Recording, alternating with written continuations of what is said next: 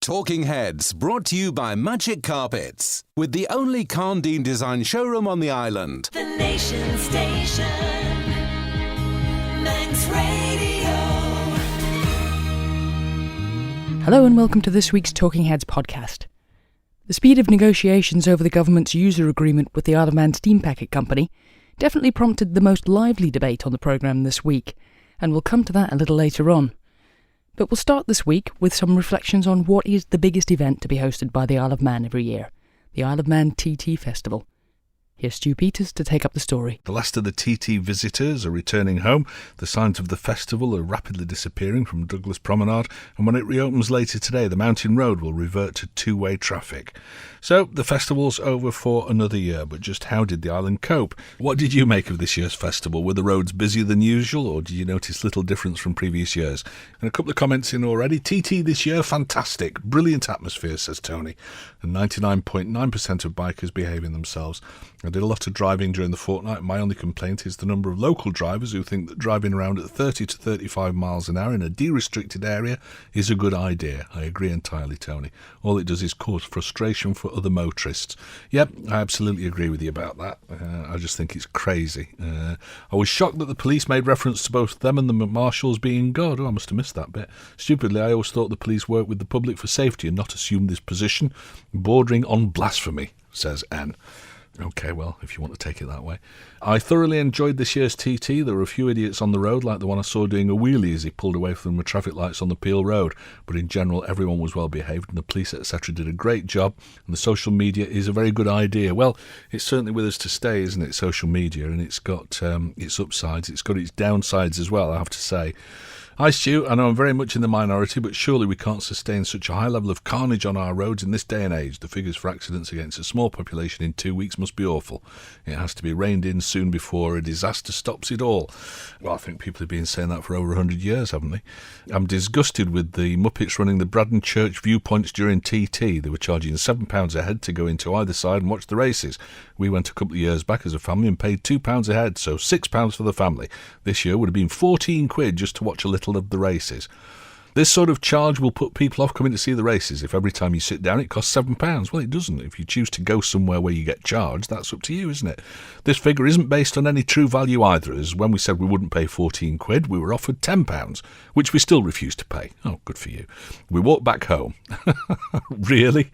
Unfortunately, the bikers there would not have that luxury, as the roads would be closed and wouldn't be able to get anywhere else. I hear the Swan in Ramsey was worse at £15 a head, which upset the usual locals who like to get a beer and watch from the back garden of the Swan. I'm one disgusted local and won't be attending again, and feel sorry for all those bikers who were ripped off, says Jason. The TT will miss you, Jason. TT was very good, but to become a world-class event it needs the input of a significant partner with experience in the motor racing world. Signal of Radio TT on 1368 is patchy around the course, and today's visitor needs large screen coverage of strategic points around the course. Yes, I think I can see the point of that. There are lots of touches which would take the races into the premiership of the racing world, and the event needs a review now for 2016. I think some very good points there, actually. Yeah, and I think that the big screen job would be great. It's just such a unique event, isn't it? In that, it's not people sort of racing head-to-head. It's a time trial, effectively. So it's difficult, I suppose, to do the live footage, but not impossible. Andrew, our friend from New Jersey, who was over last week, met up with him last week. Observations: more drunken belligerents on the prom. Oh, really?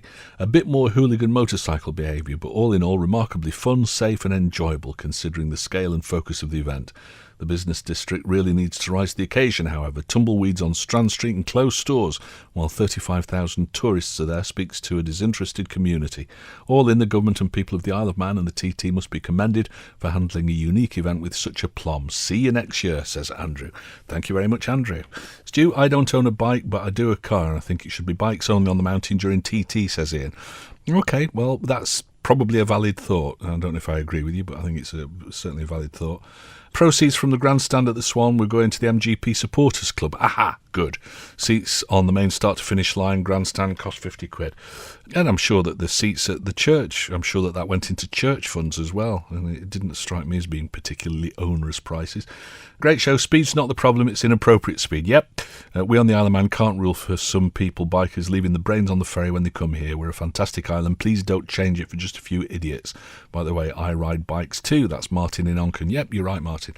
As a regular spectator at Braddon, I have no complaints at paying £7 for adults to sit on decent benches, even if I have to take a cushion with toilet facilities. What, in your cushion? Oh, the toilet facilities at Braddon. That's from Roz. Thank you very much, Roz. The Nation Station, Manx Radio. From one sport on two wheels to another, at a slightly more sedate pace. The old saying goes, it's as easy as riding a bike, but just how easy is it to ride a bike? Cycling's a sport which seems to be growing in popularity in the Isle of Man for fitness and recreation, and the success of Mark Cavendish and Peter Kenyock has helped to fuel a lot of younger cyclists' ambitions in forging a career in the sport. But for those who don't have much or any experience of riding a bike, the thought of getting involved in the activity can be a daunting one, apparently. And that's probably not a surprise, since despite the perceived benefits associated with the sport, not everybody on the Manx roads takes a sympathetic view to those on two wheels under pedal power. But for those who maybe don't have the confidence to take up the activity, whether it's because of a disability, illness or just inexperience, there's a new chance to get involved. The Bike for Life initiative, which will be officially launched next week, offers people of all ages and abilities the chance to give it a go in a safe and friendly environment. But just what are the benefits of cycling and how can people get involved? To tell us more, we're joined in the studio by Senior Sport Development Officer for Manx Sport and Recreation, Gianni Epifani, Disability Sports Development Officer, Zoe Crow, and Exercise Referral Coordinator for the Department of Education and Children, Hannah May. Good afternoon to you all, and thanks for joining me on Talking Heads today. Good afternoon. So, Gianni, whenever I hear your name, I think about cycling as a sport. And this is more about cycling as a recreation, is it? A way of keeping fit? Yeah, I think, I mean, obviously I've done cycling for quite a long time, but I just enjoy riding my bike, and I'd hope everybody else would take advantage of that and enjoy riding the bike as well. So it's that interest that you want to foster, really, just generally riding a bike. You don't expect everybody to go out and buy Lycra. No, and, you know, well, they can if they want. Yeah, spend £5 on a That's carbon one of the fibre benefits. push bike and all the rest of it. It's like anything. Once you start to do it, and then you start to feel the benefits and see the benefits, then you want to carry on. But sometimes that start bit can be the hard bit. So through this initiative, we're going to help that start bit, and we're going to make it as easy as possible and remove as many barriers as you could make for yourself. Zoe, there are disabled bikes as well. I was going to ask, because you're a disability officer, aren't you? Yes, that's correct. We've got electric bikes and we've got a range of mountain bikes that you can borrow. But also we're working in conjunction with a company called Wheels for All, and that does lots of cycling projects in the UK. They're coming over to the island with 12 to 15 bikes, and these bikes are fully inclusive bikes for anybody to have a go on. So we've got the likes of tandem bikes, hand cycles, quad bikes. We've even got a wheelchair transporter. Wow. So if you're in a manual wheelchair, you can actually go on the front Yeah. of one of these bikes. Yeah, so just trying to make the initiative, fully inclusive for everybody, really. Yeah. So, if you don't want to go on a mountain bike, because even some people might have issues with coordination and balance, so they're completely entitled to use those bikes. On top of that, we're actually going to have 3 stationary bikes, so we're going to use what cyclists call rollers, and we're going to have 3 bikes on rollers, which is like a stationary bike. Okay. So it means, if people are a bit... I can't possibly do this if I've got training wheels on. I mean, that just is so poor for my street cred. Oh, really? No. Hey, you should see some of the trikes at the moment. They're amazing. They look really cool to go on, definitely. But yeah, so we've got a variety of bikes, really. So if you've got a long-term health-related issue, if you've got a disability of any sort, or even if you're just a bit scared of going on 2 wheels, then we've got something for everybody. Hannah, have you got a specific target audience in mind for this? No, the more the merrier. Open to, like Zoe said, for everybody. It's to just bring that fun element back to cycling, really, to remove all the barriers as much as possible, to offer this activity to as many people as possible. Both adults and children. Yeah, it's just about having a bit of fun and bringing that element back. As long as you're getting hot and sweaty and having fun, it doesn't really matter. I think everybody thinks of physical activity as the worst thing possible, yourself included. But, You can still have a chat on a bike. Yeah, we're here to bring the fun element back to physical activity for all. So just remind us again when this starts. So we've got the open day on Tuesday the 23rd of June, and that takes place from 12 till 5 p.m. down at the NSE Raceway. And then from then on, we've got regular sessions again down at the Raceway, and that's from 4 till 5 p.m. Are you writing that down, aren't you? I might be washing my hair like that. I'm not sure, but we'll have a look. And it's free. And it's free, yes. Oh, it's free? Yes, that's something that obviously we haven't said. Oh. But we have the range of bikes that we've got, the mountain bikes, the electric bikes, the inclusive bikes. For the first session, for the open day, it's completely free of charge. Oh, right. So any bike that you want to try, you can have a go. It sounds like a great thing. I mean, don't hold me to it, but I'm seriously tempted to come in. We've got a bike with your name on it. We'll keep it aside. The Nation Station, Manx Radio. Now, as we mentioned earlier, there was much discussion on the programme this week over the Steam Packet services and user agreement. And it all started on Wednesday. Should negotiations over the user agreement be speeded up? The current deal ends in 5 years, with the option of an extension to 2026. But the Steam Packet company says the long process of renegotiation is having an impact on its forward planning. Of course, we've just had the TT, which is the busiest time of the year for carriers serving the island. Should the negotiations be brought forward, or should the current timescale and renewal of these contracts be maintained? Let's go to the lines now and hear what Harry makes of this. Hello, Harry. Good afternoon, Stu. How are you? Yeah, good, thank you. What do you think about this? Well, just listening to Mr. Woodford there again, I mean, this should have been reconsidered 5 years ago, or even longer. Yeah. But I think there's more intelligence in the Steam Packet than there is in the government. And it makes me wonder whether there's a hidden agenda to try and knock the TT on the head by the sound of losing so many bikes, you know, the availability to get here. I've heard that mentioned a couple of times from people, but I don't have a sense of that anybody would want to see the end of the TT. Well, no, that's just a side thing. I mean, the Isle of Man relies on the Steam Packet for everything. It relies on people for holidays. Yeah. It relies on food. It relies on everything from the mainland to come here. And if anything happens with the Steam Packet, the place is going to come to a ground. It's just going to stop. Yeah, sure. And they're leaving it and leaving it and leaving it. And what the heck are they doing this for, you know? All right, fair dues. Some good comments there, Harry. I need to move on. Talking about the Steam Packet, and let's go to line 4, and we've got Rob on, I think. Hello, Rob. I've been talking to a lot of bikers recently who can't book the dates they want for next year. And it's not just one or two. I'm probably talking to a dozen bikers so far who tried to book for next year and can't do it. Well, my friends that were over last week, same thing. They enjoyed it so much that they tried to book for next year, couldn't get anything like the dates that they wanted. How many people are we losing? I know I can understand from the Steam Packet situation, they haven't got probably the capacity or the vessels, but something should be done. We're losing, could be losing up to 10%. We are. I was interested listening to Mark Woodward, where he said that, actually just getting everybody over that wants to come might not work for us because they might just come for a long weekend. The fact of the matter is that I don't think that the people who can't get those sailings come for a longer period. I think they just don't come at all. So they can't make them dates, so they're going elsewhere. But they're not here for weekends. They're here for 10 days, most of them. And we should be doing all we can to get these people in. Yeah, we they're should. willing to camp. They're willing to do homestay.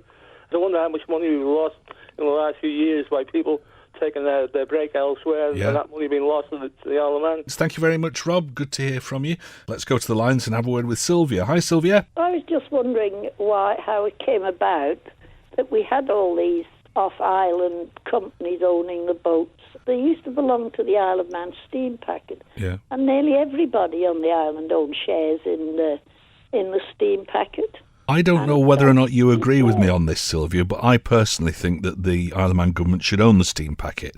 It's an essential lifeline to the island. I think that the Isle of Man government should own the Steam Packet. It should own Manx Gas, which recently changed beneficial ownership. It needs to own the electric, which I think it does, and it needs to have control over its water, and those should all be nationalised. They can recoup the money by selling shares in the Isle of Man Steam Packet. Well, they could do that. I mean, I assume that it's basically a profitable company anyway. Yes, of course they could. Yeah. It's just they just go round in circles, and it shouldn't even be up for discussion like this and all this messing about. I mean, just grab the bull by the get horns on with it, and stop all this nonsense of arguing about this, that, and the other. They're not providing the service anywhere near what we had. We used to have 12 boats a day. Sure. All right. Thank you very much for your call, Sylvia. Let's have a look at some comments by text and email on this. Stu, Steam Packet saying it's stopping them forward thinking. That has to be one of the funniest comments that they've made yet. They're a backward company and we shouldn't pander to their timescales. Hopefully it'll put them in financial difficulties and pain like they've caused many thousands of customers. Hasta la vista, Steam Packet.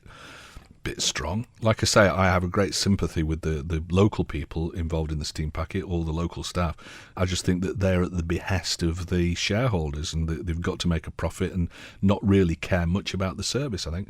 Time for Gordon and Skelly to call their bluff and bring in another company to do the job if the Steam Packet aren't up to it.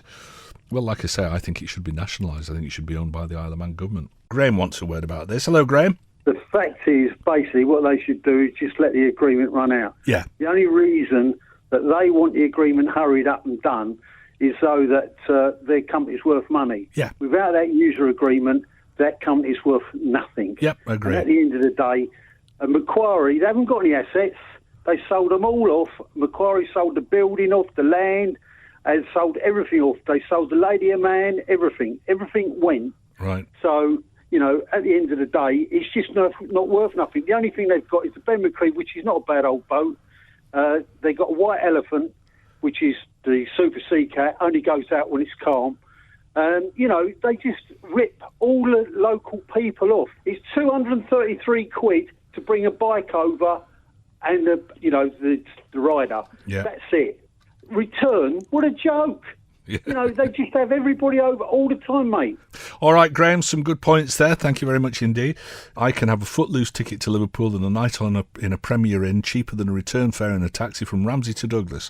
The ale's much cheaper. I don't think the steam packet are the biggest rip-offs, says Paul. Damned by faint praise. Talking Heads, brought to you by Magic Carpets, with the only Carndine design showroom on the island. The Nation Station, Manx Radio. You're listening to the latest Talking Heads podcast, featuring highlights from the programme over the past week. And the debate over ferry services to and from the island continued on Thursday, when the government voiced its response to the comments made by Steam Packet Chief Executive Mark Woodward. Is the government right to hold its nerve over the negotiations, or should more be done to create certainty for all concerned? Do you agree with Phil Gorn? He's saying, I appreciate the Steam Packet's position, they've got shareholders and all the rest of it, but my responsibility is to the people of the Isle of Man. I think that's a pretty good stance for our government to take on this. Or can you see the Steam Packet's point of view without a bit of clarity about what the future holds for them in terms of the user agreement? Can they possibly be expected to invest long millions in new vessels? Let's go to the lines. We've got Gillian on. Hello, Gillian. My husband has been a passenger boat skipper for 44 years. Okay. River going, and I get a lot of hearsay from him. Now that a lot of people don't realise that there are no suitable ships anywhere that will fit into Douglas. So you're saying that, general sort of production ships won't fit, so it's got to be a bespoke solution for us. This is it, and I wish, I hope I don't get told off by Mark Woodward, but I wished he would come on and tell people don't realise how much it costs to run the Manannan. We know the figures from, and this is a true fact, from Douglas to Liverpool and back again. Do you know how much fuel she uses, Stu? I've read the figure once, I can't remember though. £16,000 a round trip. Right, yeah. In fuel. Yeah. Because she has got to have this different type of fuel, which is like a jet engine fuel.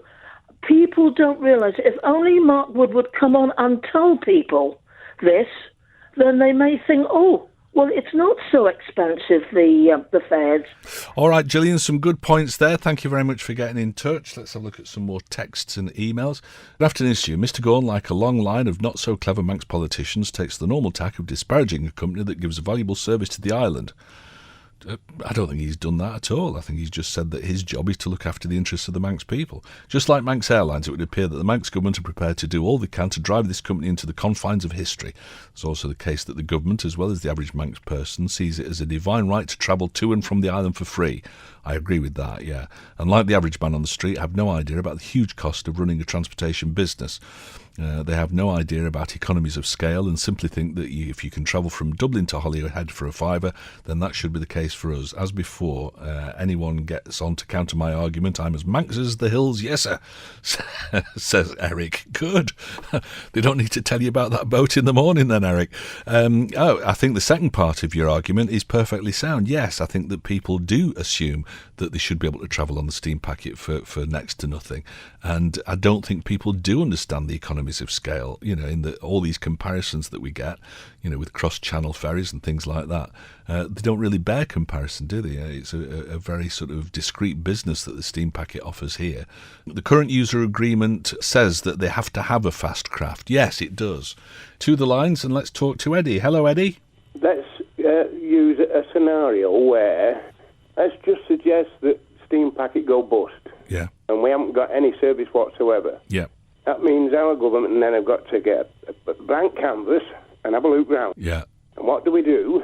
I would suggest that we actually go to shipping companies and see which one gives us the best deal. Well, that's exactly what they're doing, isn't it? That's what the government's doing at the moment. Hang on.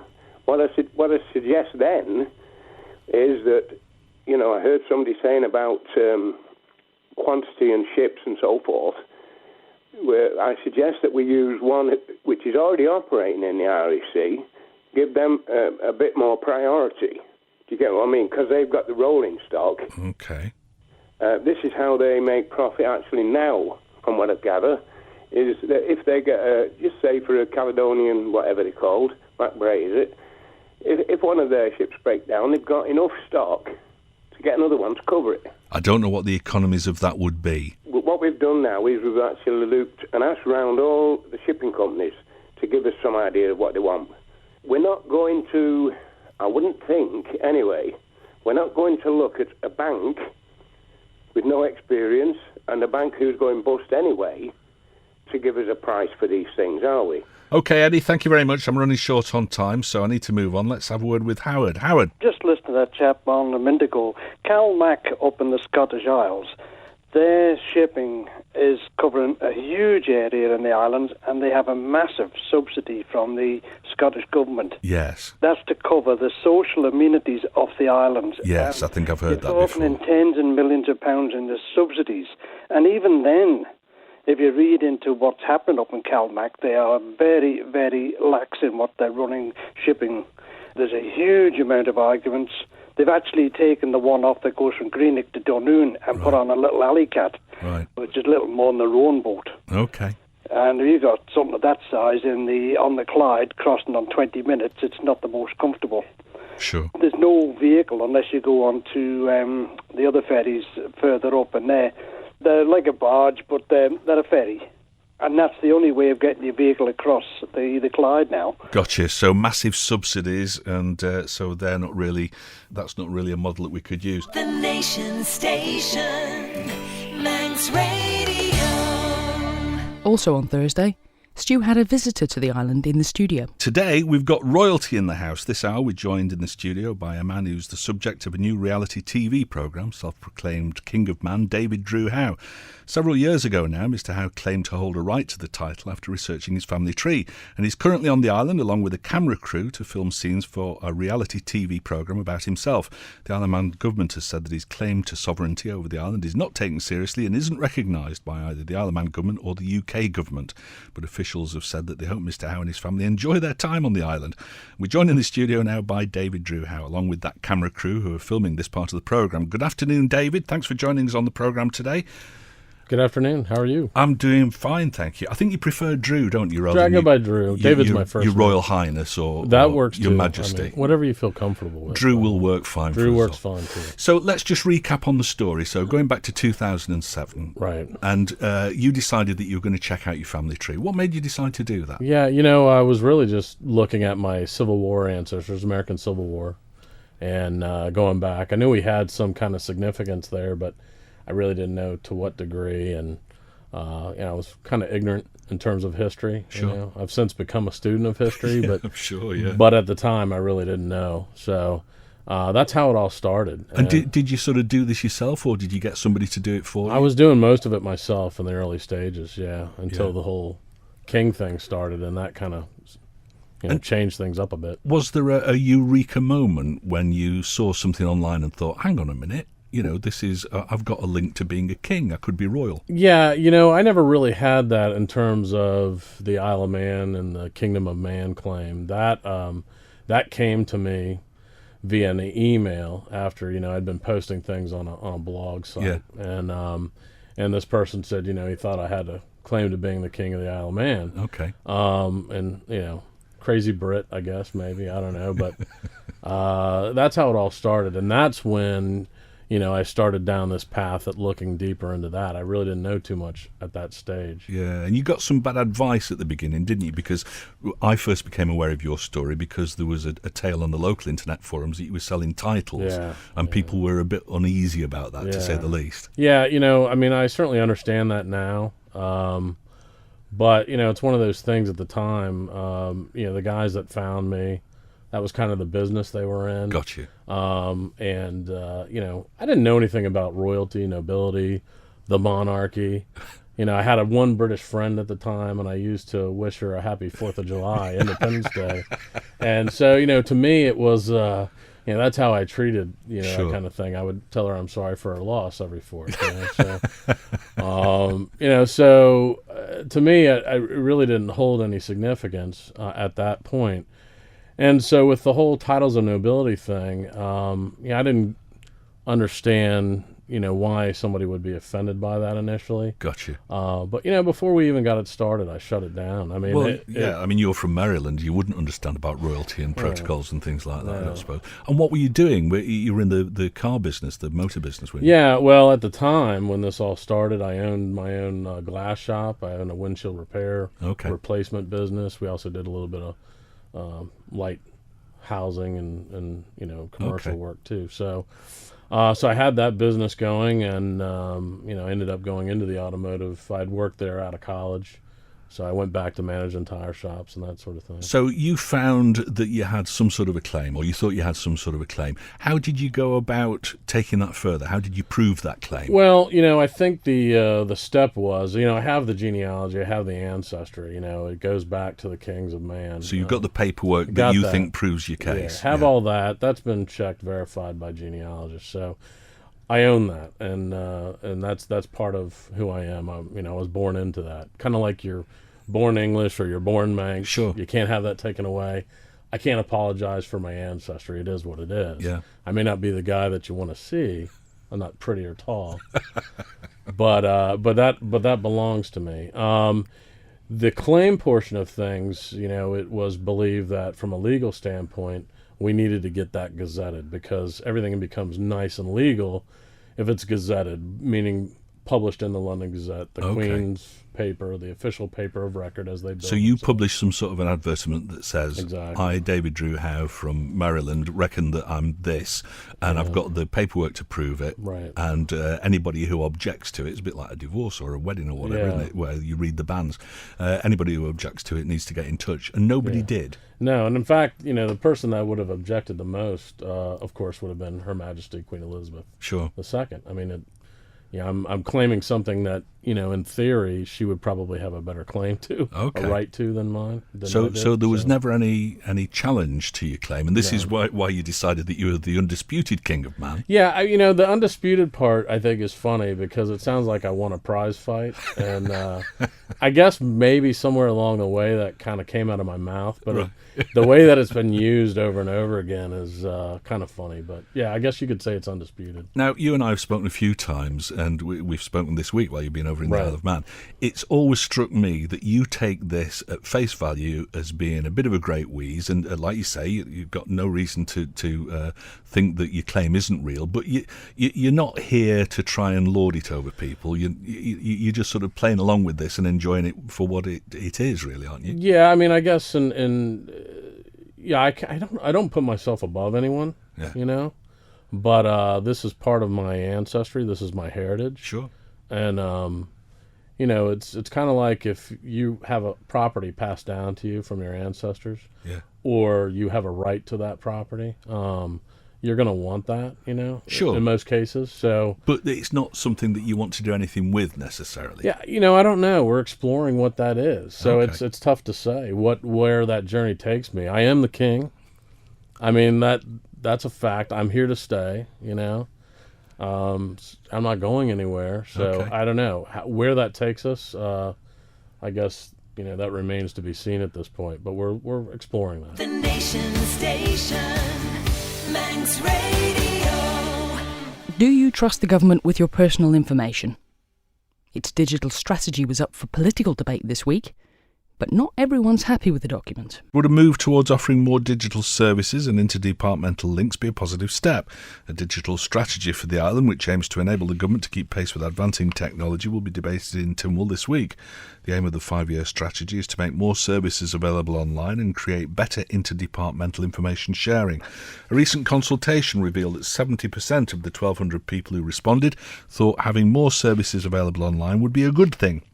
But Civil Liberties campaigner Tristram Llewellyn-Jones has reservations about that strategy. What people need to be aware of is it's not just routine information like driving licences, etc., basic facts that are held about people. Government also holds information on individuals who are in, say, rent arrears, have social service records, are homeless, have allegations made against them, have made complaints to government, things like court documents, employee details. And in a small island, for those to be released into the public domain, as has been happening in the United Kingdom, can be devastating for individuals' privacy. There's nowhere to go in a small island if your sensitive personal information is made public. So it can have a real impact. So until these issues of data security are properly addressed, I would be very concerned that they push ahead with the digital strategy. Do you have reservations about the rolling out of even more digital services? What about the sharing of individuals' personal information between government departments? Or are you all in favour of the use of more digital technology to streamline the workings of government? Rob called from Peel. A lot of hacking seems to be going on. Happens all the time. I have friends on Facebook who've had accounts hacked and often bank details taken. Seems to happen regularly. Presumably government's no different, so they need to look at the security of the systems before they start gathering more information. As the last speaker said, you can't break wind in Ramsey without it being known in Douglas before you know yourself. That's true. I'm being facetious, not really. But data protection on a very small island is paramount. Also, we're constantly being told that our population is ageing, and contrary to popular belief, not everybody is IT literate. My 93-year-old parent who lives across is constantly being asked to order Meals on Wheels online and also to make inquiries via email to government departments. How does this make things more accessible to vulnerable people, says Jan. Stu, I tried doing my tax forms online and it turned into a nightmare. Life is too short to mess about like that. I just fill the paperwork in instead. Far quicker, says John. Well, I think the first time you do it, there are a number of hoops that you've got to jump through, and you've got to wait until you get a piece of paper with passwords and like all that.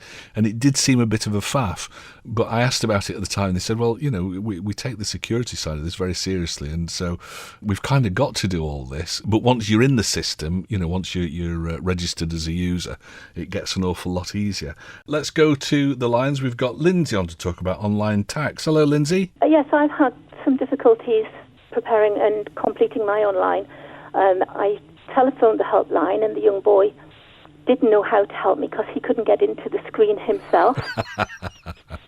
And so I left it and phoned the next day and got somebody else who was lovely and said to come in if I needed more help. Yeah. Because I'd gone through all of it, and I've been a civil servant my whole life till I retired. And so I have some empathy with them. But there was one document from the bank that I couldn't find a place for. So in the end, I took everything into the tax office, waited my turn, gave this to the lady. She didn't seem to want to touch it because I was doing it online.